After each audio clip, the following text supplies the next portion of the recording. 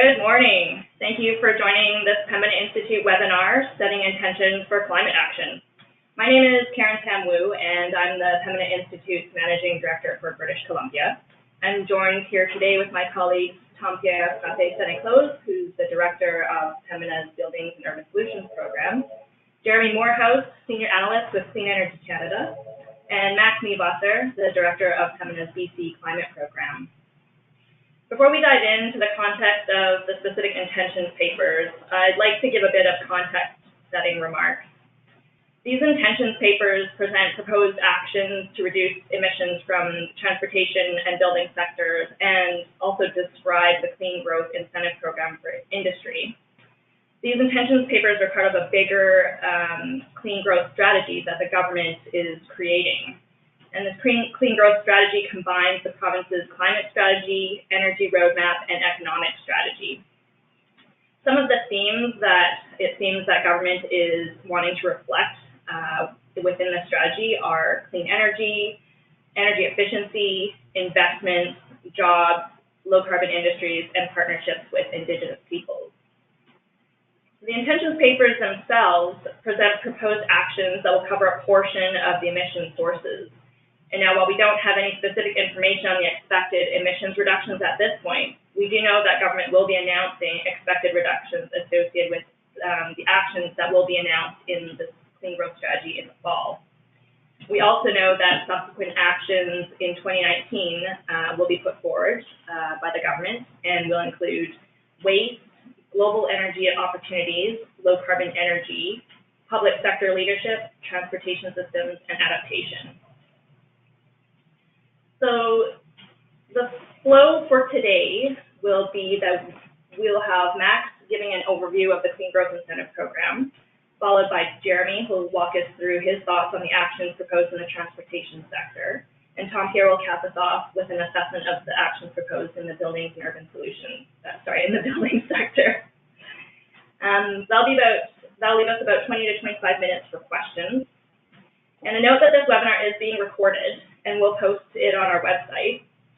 During this webinar and during the presentations, we are interested to hear your comments, so please feel free to type them into the questions box, and we'll collect them and treat them as feedback.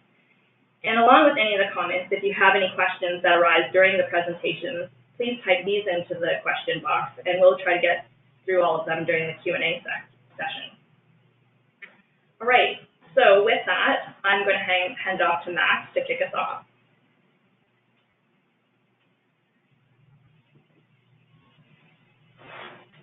Yes, thank you, Karen.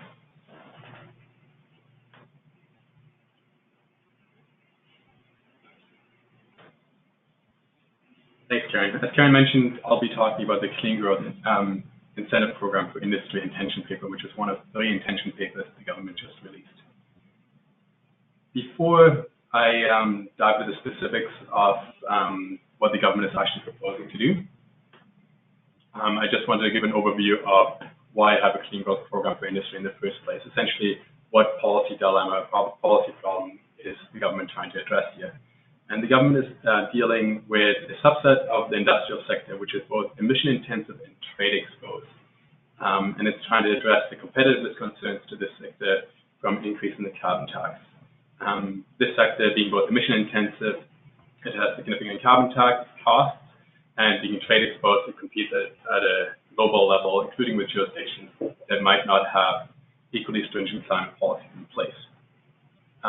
This sector is not a huge part of the economy. According to the Eco-Fiscal Commission, it's about 2% of BC's economy, but it's important in certain rural regions especially, and it is a significant part of our emissions, around 30 to 40% of our emissions, and therefore it's important that it's included in any kind of comprehensive climate policy. The benefit of addressing these competitiveness concerns is that it minimizes the risk of emission leakage, that is, emissions leaking from a place that is well-regulated to a place that's less well-regulated, which could actually increase emissions, and that's something that we don't want. It keeps the economic opportunities here in British Columbia, and it helps, and this is the last point, is why the Pembina Institute is closely engaged on this file. It helps address the barrier to future strengthening of the carbon tax and climate policy more broadly. Often these policies work by rebating a portion of the cost of climate policy back to this specific industry group in emission-intensive and trade-exposed sector. Of course, anytime you give money back, for example, or support to one part of the economy but not to another, there's always potential for controversy. And that's why the Pembina Institute has developed 6 different principles to ensure that any such policy is well designed and does not have any chance for abuse. And I should mention that we've designed these policy principles based on previous research by the Canada's Eco-Fiscal Commission, including as well as in collaboration with our industry partners and our friends at Clean Energy Canada. The 6 principles are firstly to maintain the incentive to reduce pollution, and that's why we're doing climate policy in the first place. To be targeted only to the EIT industry, to be transparent and backed up by data so that no industry can game the system, to be consistently applied across all sectors, to be temporary and transitional in nature, and this point is important because in the future, long-term future, we know the whole world has to take strong action on climate, that includes all jurisdictions. In that context, there will be no competitiveness concerns because everybody will be equally acting on climate, but in the interim, there might be competitiveness concerns from differences in climate policy stringency. And lastly, any policy should be simple to administer, comply with, and enforce. So what's the clean growth incentive for industry, or what's the government actually trying to do here? I should be very clear that it is it's trying to rebate money back to industry, but it only applies to any incremental carbon tax above $30. So the existing $0 to $30 that we had till essentially last year, that still goes to general revenue, but any forthcoming increase, so this year we increased the carbon tax to $35, and it's scheduled to increase to $50 by 2021. So the increase between $35 and $50, so the incremental $20, will be 100% refunded to industry via 2 different programs. To give you a sense of scale, according to my calculations, emissions from this sector are around 19 million tons. We know that not all emissions are covered by the carbon tax. It only applies to combustion emissions currently. Those emissions are around 12.5 million tons. That means that for every $5 increase, there will be around $60 to $65 million for this program, or by 2021, around $250 million. So it's substantial dollars. And these dollars will be distributed to industry via 2 different programs. The first is the Industrial Incentive Program, and the second is the Clean Industry Fund. The Industrial Incentive Program, there's a graphic here on the right and how it works. It's essentially it rebates, or it may rebate carbon tax dollars back to industry depending on how well these companies perform. So there's going to be 2 different benchmarks. There's going to be a performance benchmark, which the government indicates is going to be set as the world's best performing facility. And if you're at that level, you can get 100% of your money back. And then there's going to be an eligibility benchmark, which if you're below that, you get no incentive. The way it works then is it gives a double incentive for companies to reduce pollution. Firstly, if they invest in technology that reduces their pollution, they would actually pay less carbon tax. And secondly, if they're increasing their performance and they're decreasing their emission intensity, they may actually be eligible to receive more money back, a larger percentage of the money back. Any money that's not distributed via the Industrial Incentive Program will be distributed via the Clean Industry Fund, which is essentially a technology fund for industry. This government has indicated that this industry fund, for now, will look at readily available technologies, but it's also indicated that it will accept applications, or is considered accepting applications from a group of operators and facilities that could then reduce emissions across a number of different industry facilities. An example of that would be to help fund a transmission infrastructure project to the Martin shale gas deposit that then would allow a series of producers to fuel switch from emission-intensive natural gas to clean electricity.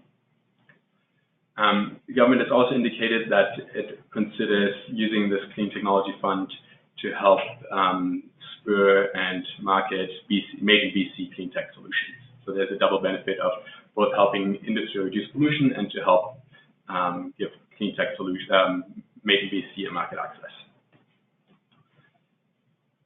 How does this program compare to our principles? I should be clear that there's not a lot of data and not a lot of information on a lot of these programs yet, so it's too early to tell exactly how they will perform. But as a first glance, I think we can say that it does a good job at maintaining the incentive to reduce pollution. It does a pretty good job at being targeted to only EITE sectors, and I can take questions on this in the Q&A. There's questions about how transparent it is, especially around setting the eligibility benchmark. Fourthly, it does a good job at being consistent across EITE sectors. Fifthly, in terms of being temporary and transitional, here I would like to point out that other policies in this space, for example, California's cap and trade system, have another factor that addresses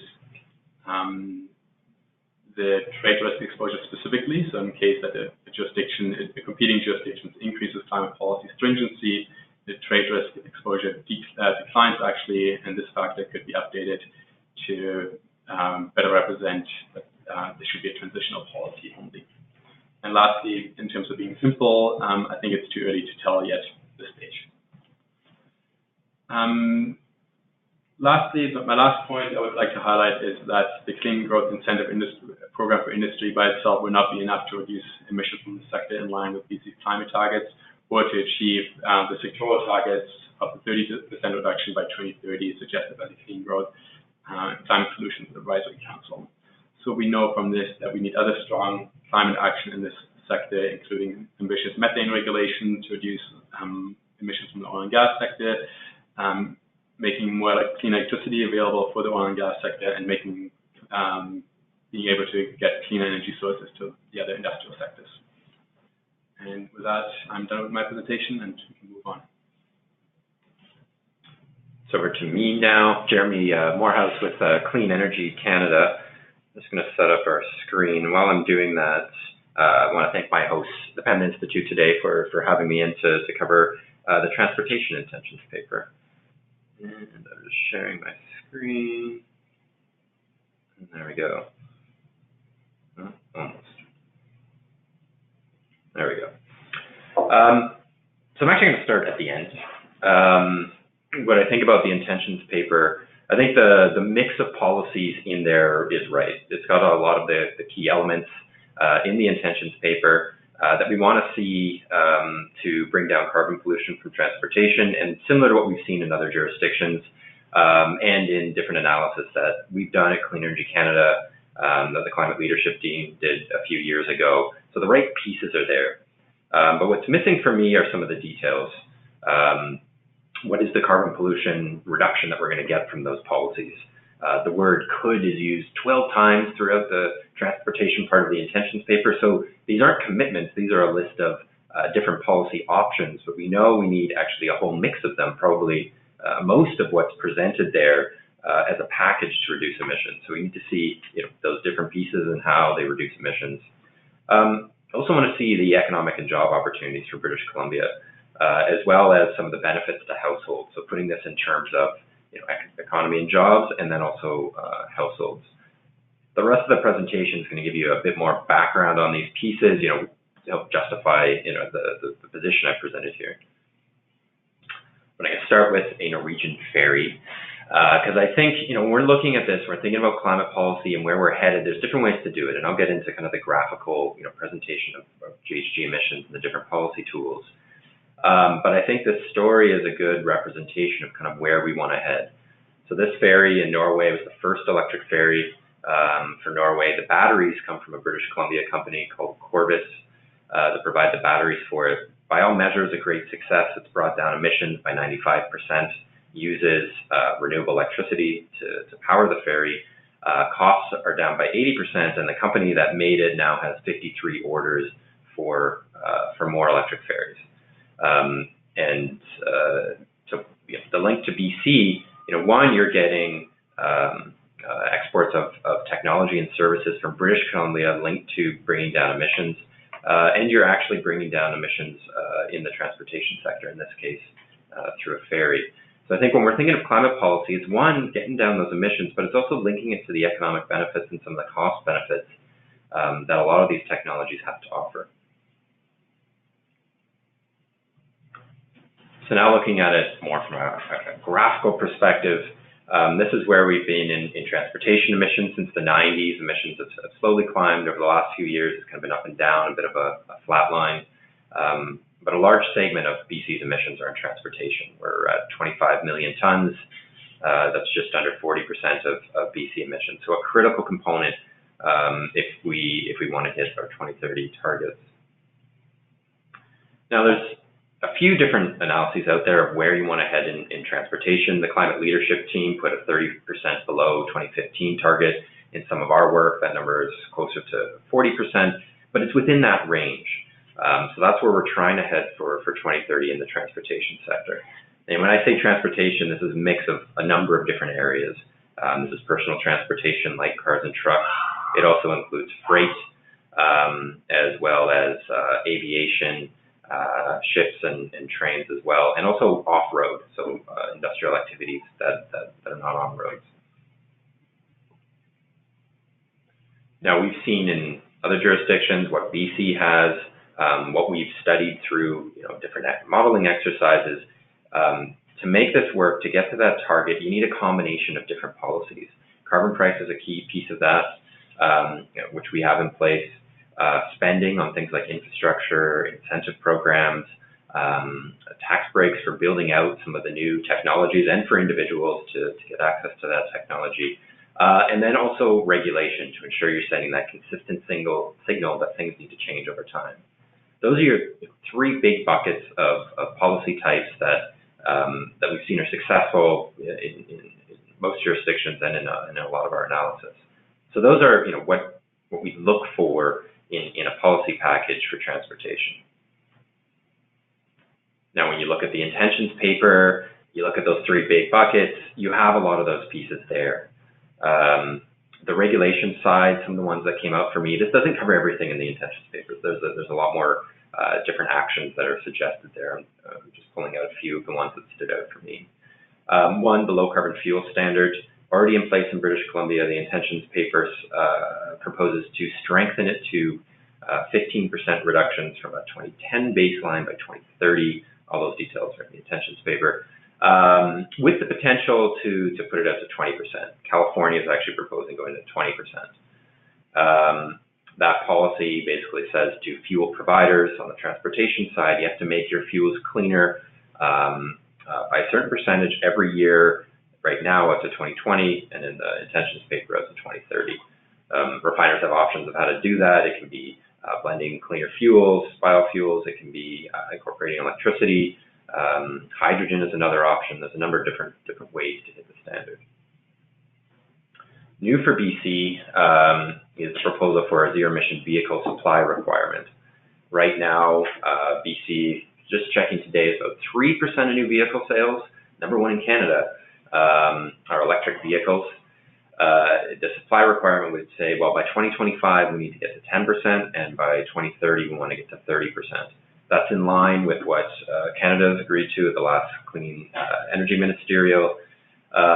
And how this would work is basically requiring from vehicle manufacturers to sell that quantity of vehicles into British Columbia, so that when British Columbians show up at a dealership, those vehicles are available, and we have the supply we need to get more zero-emission vehicles on the road. And I should mention, zero-emission vehicles, electric is one part, hydrogen vehicles also fit in there. And a third one, which is interesting, a proposed internal combustion ban. So this would be no combustion vehicles allowed to be sold in British Columbia by 2040. It depends on the design of that. Sometimes that includes plug-in hybrids. Sometimes it's all just electric and hydrogen. So more details, but other countries have looked at this. UK and Germany or other countries that have looked at that. Then there's a number of different spending options in there. Transit is a big one, without dollar values though, so just ideas of where money would go. So transit investment, tax exemptions, charging stations are another set. These are all pieces that help people adopt the different technologies and also provide alternatives to driving. It's one thing to have an electric vehicle, but there's also options to walk, bike, or transit to bring down emissions. And finally, there's the carbon price, which is going up right now and is in the existing budget. So it's the right mix of policies that you need. But as I mentioned before, what's missing are the details. We can't say with this list of information, will this actually get us to those targets? It's going to depend on which of those options are actually built together as a package. And it can't be just one or two of these. It's going to have to be a combo of regulations, spending, and the carbon price to get those reductions down. And in the strategy coming out in the fall, we'll need to see what those details are and where that's going to get us to 2030. So the right mix, but we don't know if it's going to get us there.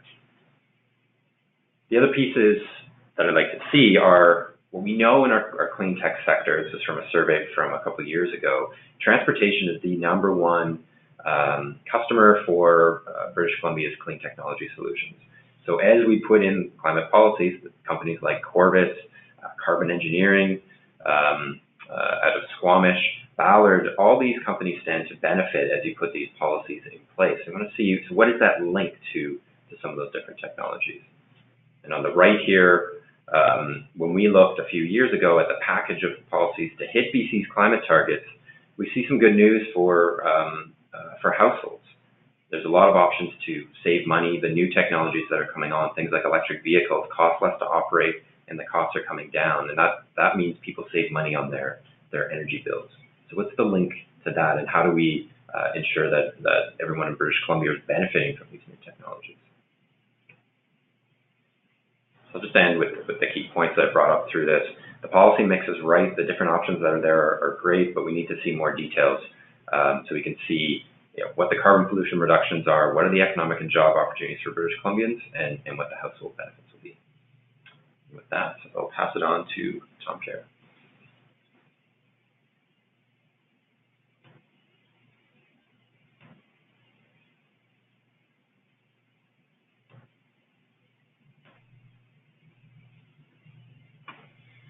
Thanks, Jeremy. Tom Kerr here with the Pembina Institute.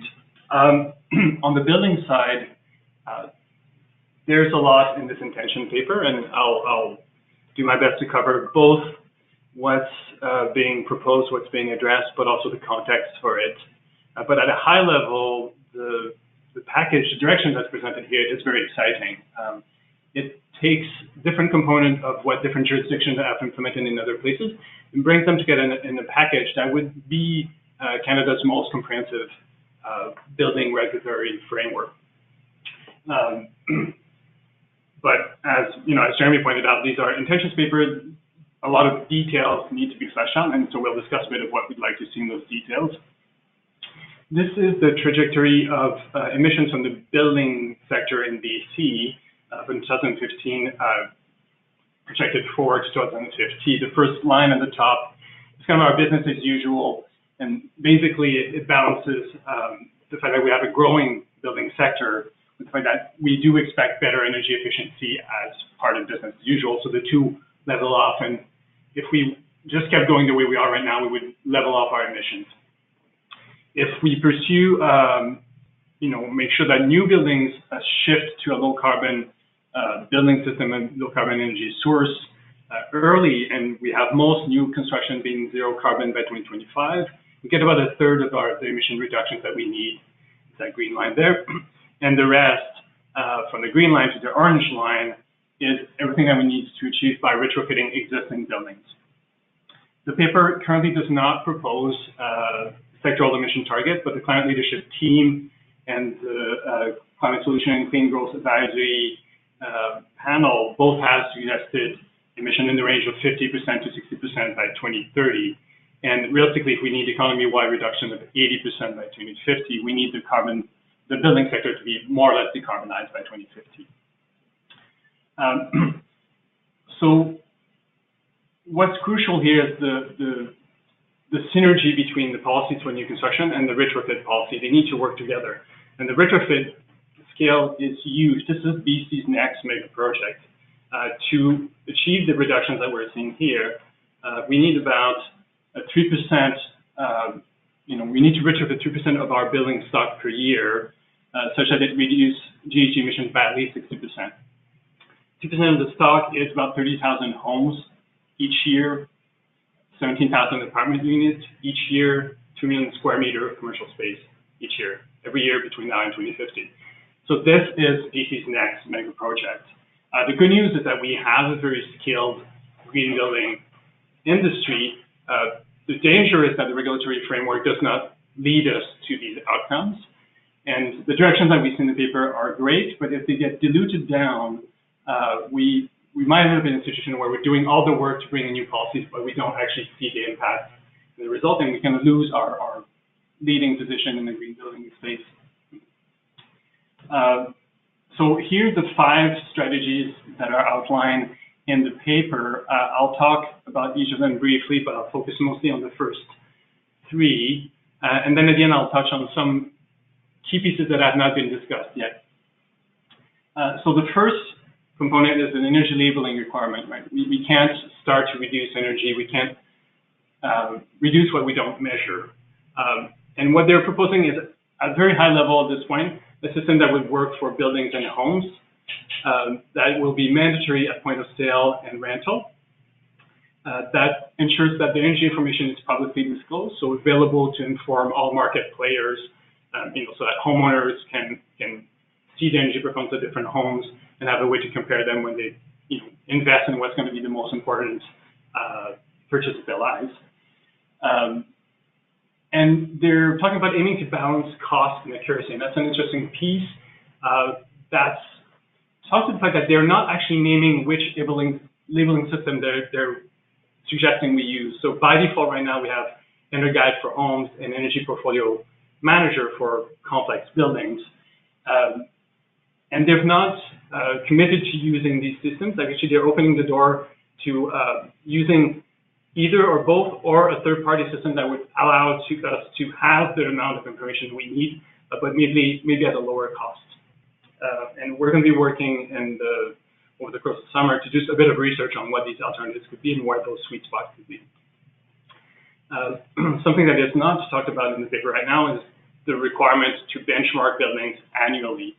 So this is kind of policy best practices that are applied in Ontario, California, Washington State, New York, Philly, so this goes on. And it basically asks owners of larger buildings to report their energy use every year, and energy use gets, compared to other buildings on a grade, get assigned every year.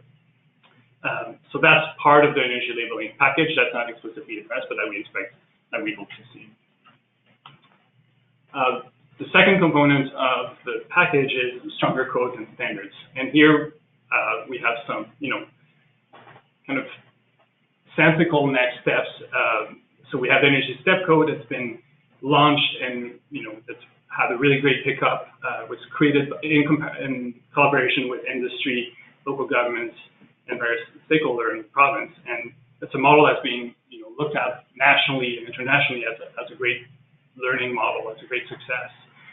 And here the province is doing the next logical step, which is mapping when the different Energy Step Code are going to be adopted in the base goals, so 2022, 2027, 20% and 40% improvement. And that maps onto certain energy step codes nicely. So this is the clarity that we needed. It was always in the spirit of the Energy Step Code. It was just never stated explicitly, and now it is being stated explicitly. That's important. They're also talking about increasing the type of buildings that are currently covered by the Energy Step Code. So right now, the Energy Step Code covers homes, multi-unit residential buildings, and commercial office space.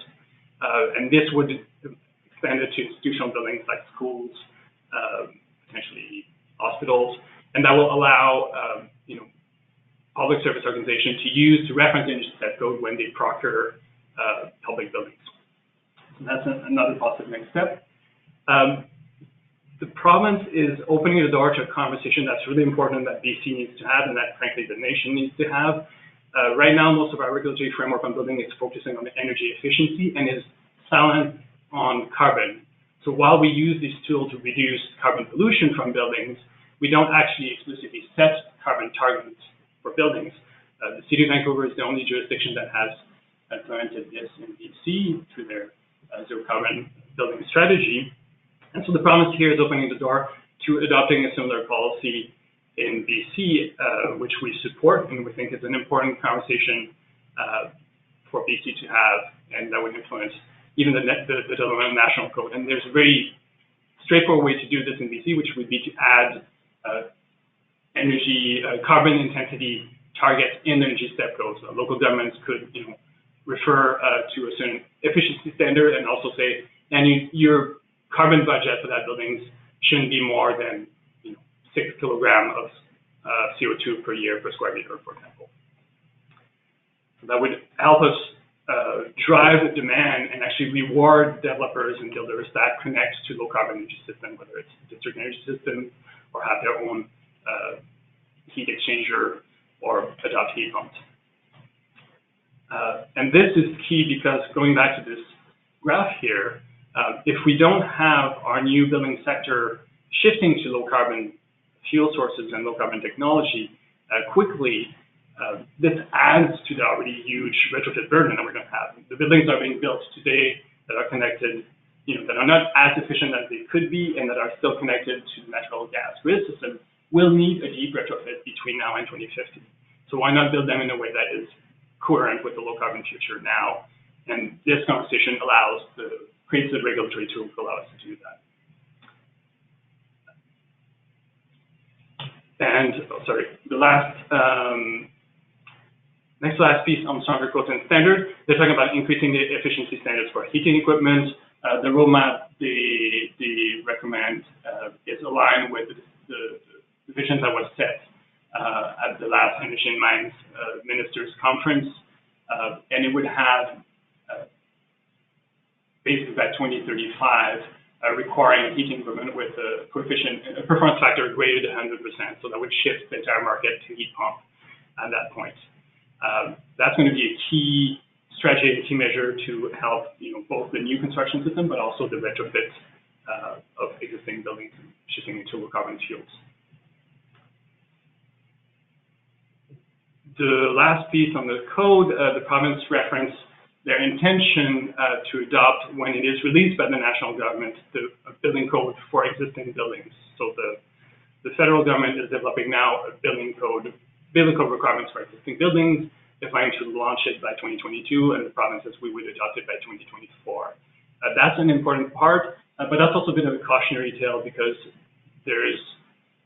it's going to be challenging to implement a code for existing buildings, and so there's always going to be a risk that it targets only minimal gains, minimal increments, and that could backfire and actually deprive us of the possibility of putting a building on low carbon track, and a high performance track.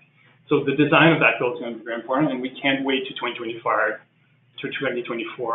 to encourage deeper efficiency and decarbonization in existing building stock.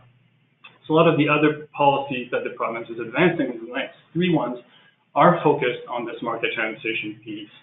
And there are generally good ideas, but there's a lot of detail in their integration with the codes and their integration with each other that still needs to be clarified, and that can make the difference between a very successful package and one that misses the mark. The first one is incentives. So they're talking about incentive dollars, and it's important to put that in the context of the retrofit economy that we're talking about. 3% of the building stock per year. This is about an investment just for climate purposes of $750 million to $1 billion every year that needs to be invested in our building stock. So that's on the positive side of the potential great economic generator for the province, but also will require a lot of investment, and we can't expect that to be spurred solely by incentive program. We also have a history in BC and the rest of Canada of having incentive programs that are taxpayer funded, that are created and removed over time. So what you see here is between 2011 and 2018, the different orange bars are the different lifespans of different incentives programs that we have, and the blue bars are the number of closing audits and the guide audits of people that have had incentives done some upgrades to their home and got some incentives. And so that roller coaster has created a lot of pain for the retrofits industry, and we need, and that's been very detrimental. So we need a system that will have an ongoing source of funding that is independent from political cycle. So while the province talk about returning financial incentives, and some that are being designed right now, we still need to identify what the long-term source of funding for the incentives would be. And we need to understand how these financial structure can leverage private capital as well.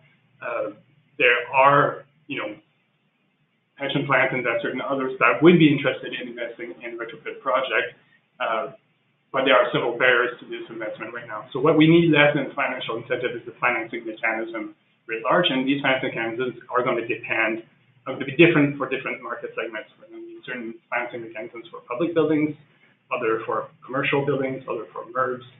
And that's the part that the province alludes to their interest in exploring this, but that does not provide a lot of detail, and we'll need to push them on that. The other part that's key in having successful use of incentives is to focus them on the end goal. So we know we need to get to net zero energy ready. We know we need low carbon heating system. So we should focus those incentives on these rather than incent kind of incremental steps that don't really prepare the industry, transform the market for the end goal. And right now, what we're hearing, what we're seeing is a bit of a mix of both. Another component that the province is bringing forward is a low carbon buildings innovation program.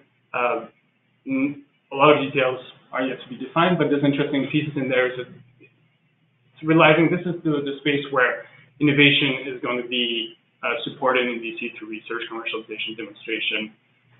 So we look forward to seeing these other programs. One of the programs that we're launching right now with the BC Housing, BC Nonprofit Housing Association and the City of Vancouver, it's a affordable housing renewal project. We're basically looking at deep retrofit and deep resiliency solutions that we know are available in the market but are not getting uptake right now because there are multiple barriers, cost being an obvious one, but also some regulatory barriers and some demand supply matching questions. So we're trying to bring stakeholders together to find how do we commercialize these deep retrofit solutions in BC. So stay tuned for more on that.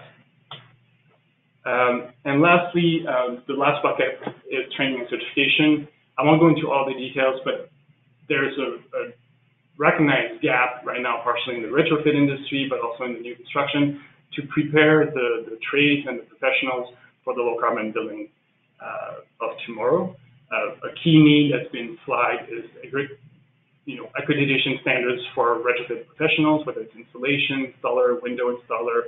Right now, the HVAC industry is more or less anybody can install an HVAC system right now.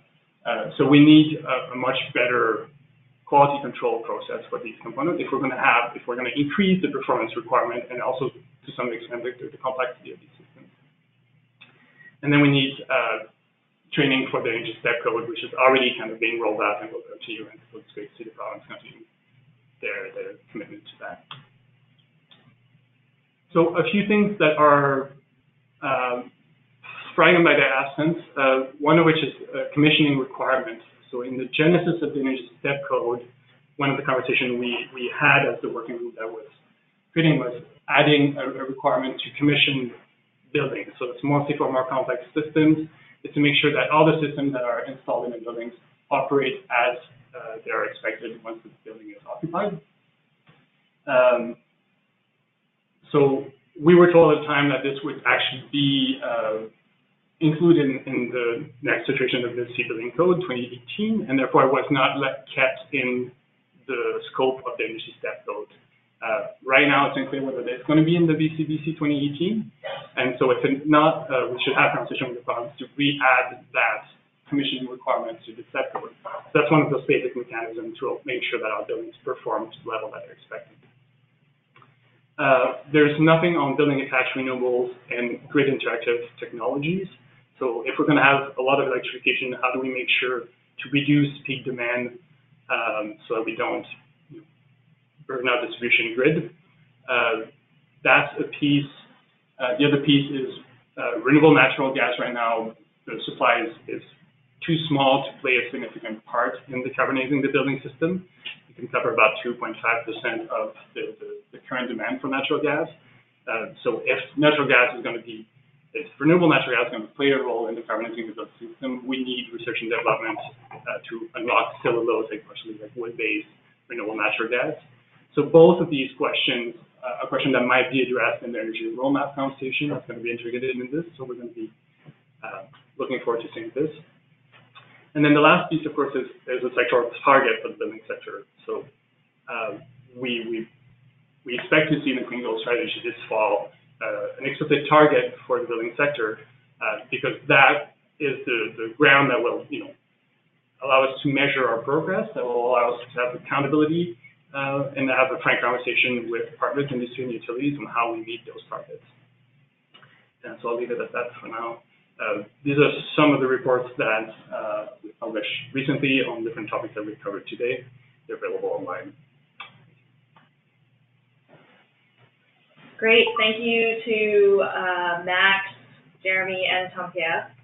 Now it's time for a little bit of audience participation. We're going to throw a poll up for folks to weigh in on in terms of how you're feeling about the clean growth strategy and the actions that are proposed in the intentions papers. Let's wait for that to show up.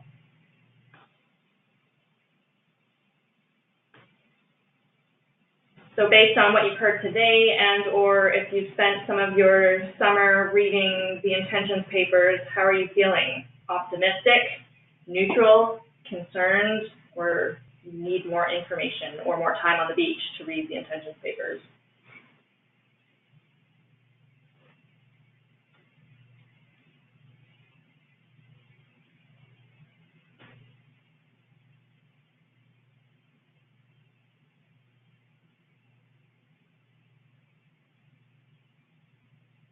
Jeopardy music.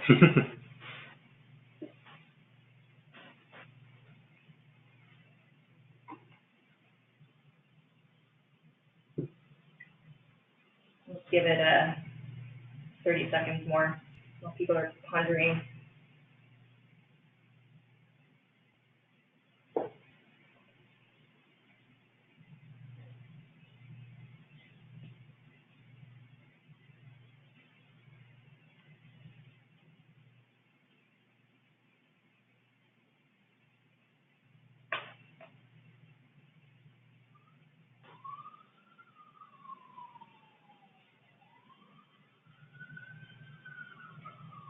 All right, so results are in. A third of you are feeling optimistic. Not bad. 14% are neutral, 12% are concerned, and 40% of you feel like you need more information. Thanks so much. Okay, so I'm going to ask our speakers to share your cameras. Question period. And so let's go to some questions here. All right. So Jeremy, first question to you around biofuels and whether or not we should be skeptical of manufacturers' claims about them. I assume that means about their being lower carbon. Yeah. So with biofuels, I mean, we know there's a range of performance on biofuels, both on the carbon spectrum, other concerns, land use, water use. There's a different range for these fuels. So, I mean, be skeptical, but I think better design the policy to address some of those things. So what we have in BC right now, the low carbon fuel standard uses a life cycle approach to evaluate the greenhouse gas intensity of those different fuels. That policy has been in place since 2010 and has been reducing emissions, and you can see that full life cycle. So when you're looking at biofuels, it takes into account how those biofuels were made, the transportation here, and then compares it against gasoline and diesel. And there's a pretty broad spectrum on the greenhouse gas side for biofuels. And I'll use one example, a facility in Alberta called Enerchem. It takes waste from Edmonton's landfills, turns it into an ethanol, which is then sold into BC. It's got one of the lowest carbon intensities in the low carbon fuel standard. And so those are the type of biofuels we want, the lower ones. So I think you want to incent those types of biofuels, and it's using a waste product. So that's great. So I think you design the policy in a way to get the good biofuels in the mix for British Columbia. Great, thanks. Tom-Pierre, is there any intention in looking at the overall life cycle analysis and embodied energy in new buildings and beginning to map and report out on this? I'm scratching my head now with whether it was covered in the white paper.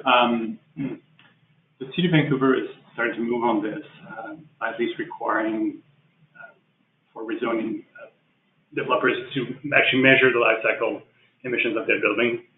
That we actually start to have some data and start to have a conversation, and also test whether the tools, familiarize the tools, whether it's the Athena life cycle measurement platforms or others to assess embodied carbon in the building materials. I actually don't remember it being mentioned in an intention paper at this point. The reality is, given our trajectory right now, like most of the carbon emissions in the building sector needs to be reduced by reducing the operation energy use. However, as we shift to a low carbon energy supply and more efficient buildings, at some point we'll cross that bridge where the embodied energy, the carbon and embodied carbon of the materials start to be really material. But at this point, it is mostly our energy should focus on operations emissions. Thank you. Matt, can you explain how returning carbon tax to industry maintains the incentives to reduce pollution? Sure. So it's a bit of a complex policy issue, and it takes a while to get your head around it. At least it took me. But I guess first an example of sort of how it works in principle, and then perhaps an example on what we're understanding the BC program to do at the moment. In general, what happens is that facility still has to pay the carbon tax, but then often a certain amount of carbon tax, often based on a consistent benchmark across the industry, is returned to the industry, or is returned to the operator. So in that sense, how much money an industry gets back is always set, but how much they pay is not set. So in that case, if a facility takes an action to reduce emissions and they pay $10 million less in carbon tax, for example, they will still get the same amount of money back as they did previously, so they're $10 million better off. And that incentive always keeps them, or that system always keeps them incentive to reduce pollution alive. The system in BC, it's structured a bit differently, and we haven't seen the details yet, but essentially how it works is that you get money back based on your performance, on your emissions performance, and if you're better performing, you get a bigger percentage back. So there's a double incentive there. That if you are more polluting and you do take on a certain project that reduces emissions, you'll be paying both less carbon tax, and then you will actually be eligible to receive more money, a bigger percentage of that money back. Another question for Jeremy. Where do emissions from the freight sector get considered? Yeah, so freight's a key component. It's about the same size as personal transportation, so cars and trucks that everyone's driving in BC. About the same amount of emissions as what you're getting from freight. So some of the policies already in place that hit it. So one on the fuel side, the low carbon fuel standard that I mentioned, that applies to fuels that are used in freight as well. So that means that the fuels that are going into a diesel truck are less polluting than they were before. And as you ramp that up, biofuels is one option, but it also means people are looking at natural gas. They're looking at, well, how do we electrify our operations? And so that starts to force those conversations of how to switch technologies and get different vehicles in place. So that's one policy that's in place. It's in the intentions paper and it's strengthening. So fuels. Efficiency is the other piece, regardless of if you're burning something, you want to do it as efficiently as possible. The federal government right now has released federal regs to make heavy-duty vehicles more efficient over time. So that's another piece of the puzzle. And then there's other pieces in the intentions paper around, well, how do we get more of these cleaner fuels on? How do we end up using cleaner vehicles in the freight sector? And so there's some different ideas there on spending to, clean energy corridor is one of the ideas in there. And then other incentive programs like we have for electric vehicles, where if you're purchasing an electric delivery truck or something like that, there's incentives in place for that as well. So those cover a number of the different pieces. And then another component is just making the whole system operate more efficiently, so you're reducing the amount of driving for delivering goods. And that's another piece of the puzzle. So those pieces. But as I said, those are all good ideas. What does that mean for the emissions in the freight sector? We don't know. Thank you. Jean-Pierre, the current home rebate programs don't have a climate lens. What changes do you think to retrofit rebates might be needed to get to the low carbon target? Yeah, there's two angles to that question. One is, how do we steer our rebates towards low carbon solutions? The province is considering this, for example, having carbon outcome-based incentives. So the more you cut your carbon, the greater your incentives would be. And that's partially useful for more complex buildings where there's a bit less incentives are less tailored to a specific measure. So that's one solution. The other point is also that we know that the incentives themselves are not going to be sufficient to drive the economy, the retrofit economy, and to sustain it over the long term. So we need a financing mechanism that's broader, that has an institutional base that is more resilient than incentive programs. That's something like a green bank, or working with the federal governments on the infrastructure bank to have a buildings component to the infrastructure bank that would allow both governments and private sector to invest in retrofit projects. And these investments, can be in the form of loans mixed with grants. So you can have, you can have an outcome based. The more carbon reduction you're going to generate through your project, the greater capital you can access in terms of loan, and the larger portion of this would be a grant from the government. That's the model, for example, that Germany has implemented through the TFW Bank. Part of the interesting part of this is that providing grants coupled with loans is actually a fiscally sound measure. Research showed that most of the dollars that are invested through incentives generate more activity in the economy and get recuperated in taxes about 2 to 3 times your original investment. So we can actually afford to incent these practices. The question is to do it in a way that will survive different political cycles. Thank you. Max, question for you is, so you talked a lot about the Clean Growth Incentive Program as the industry piece within the intentions papers. What else is going to be done, or what else do you think needs to be done to reduce emissions from industry other than carbon tax? Yeah, good question. So I think it's important to highlight that the carbon tax doesn't currently cover all the emissions in the industrial sector across the whole economy, for that matter. So I think one important first step is to really look at all those emission sources that aren't currently covered, and those are non-combustion sources such as methane venting and oil and gas emissions in the oil and gas industry, any kind of process emissions, for example, from cement processing, etc. So one of the key policies that we work here at the Pembina Institute is to reduce emissions, methane emissions from the oil and gas industry. That's really a key sector. The IEA has done some analysis that if across the world, essentially cost-effective measures were taken to reduce methane emissions, that would be almost equivalent to shutting down all of China's coal-fired electricity plants. So these are very substantial opportunities that aren't currently being realized. And BC is currently working on regulations to comply with the federal regulations, but we would encourage them to be as ambitious as possible. We have time for one last quick question, and I apologize, we won't be able to get to all the questions today. This one is about commissioning for Tempierre. Was your recommendation on commissioning for Part 9 or Part 3? So commissioning generally is for more complex buildings, so Part 3 is the larger buildings. It'd be interesting to see as we get more sophisticated, for homes, as we switch towards heat pumps and HRV, heat recovery ventilation, there's a need to balance these systems, and that's going to be best addressed just to accreditation of trades, to make sure that we have the trades and building the capacity building that was talked about in the intention papers. But on the more complex buildings, their systems are a lot more sophisticated. They're generally computerized.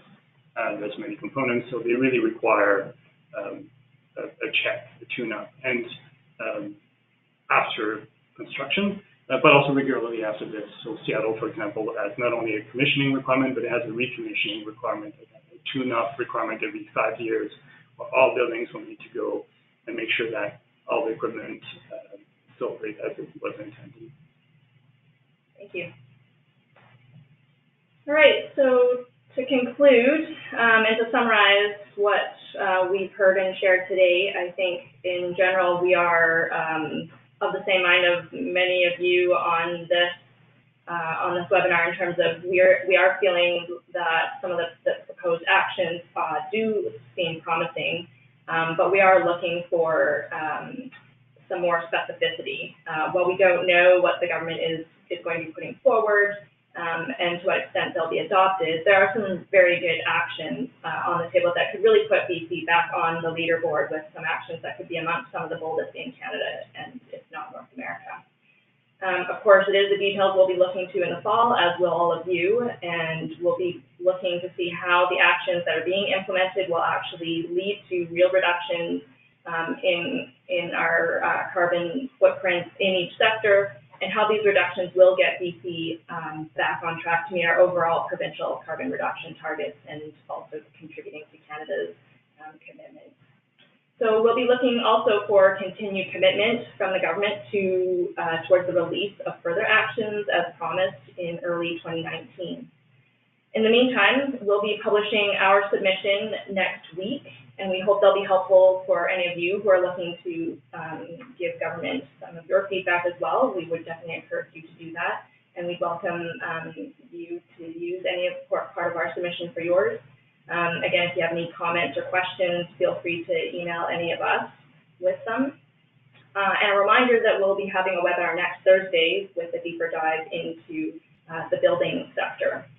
So I'd like to thank all of you for taking time out of your day to join us, and I'd like to thank my colleagues who presented today. Thanks very much. Thank you.